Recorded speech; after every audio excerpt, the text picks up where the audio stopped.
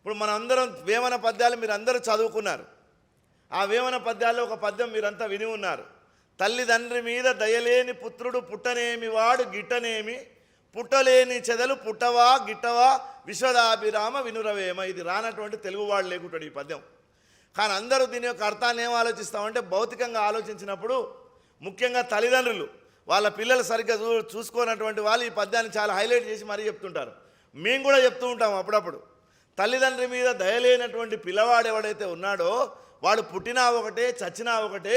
అది ఎలా అంటే పుట్టలోని చెదలు పుట్టవా గిట్టవా. పుట్టలో ఉండేటటువంటి చెదలు ఎన్నోసార్లు పుడుతుంటాయి చచ్చిపోతుంటాయి. అలాంటి వాడు ఉన్నా ఒకటే లేకున్నా ఒకటే అనేది దాని సారాంశం.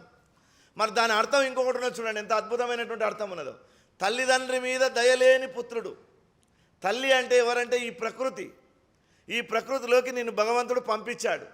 తండ్రి అంటే ఎవరంటే పరమాత్మ. వాళ్ళిద్దరి మీద దయలేనటువంటి పుత్రుడు పుట్టినా ఒకటే చచ్చినా ఒకటే. ఎందుకు? తల్లి ప్రకృతిగా ఉన్నది. నువ్వు పుట్టకముందు ఈ ప్రపంచంలో నువ్వు తయారు చేసుకొని రాలేదు. ఏ ఇల్లు నీకు తయారై లేదు. ఏ బంగారము నగలు నీ కోసం తయారై లేవు. ఏ బట్టలు నీ కోసం తయారై లేవు. ఏ కొడుకు బిడ్డలు నీ కోసం తయారై లేరు.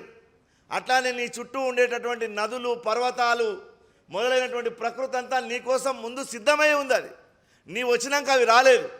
నీ కోసం పరమేశ్వరుడు ఆ తల్లిని సృష్టించి పెట్టాడు ఇక్కడ.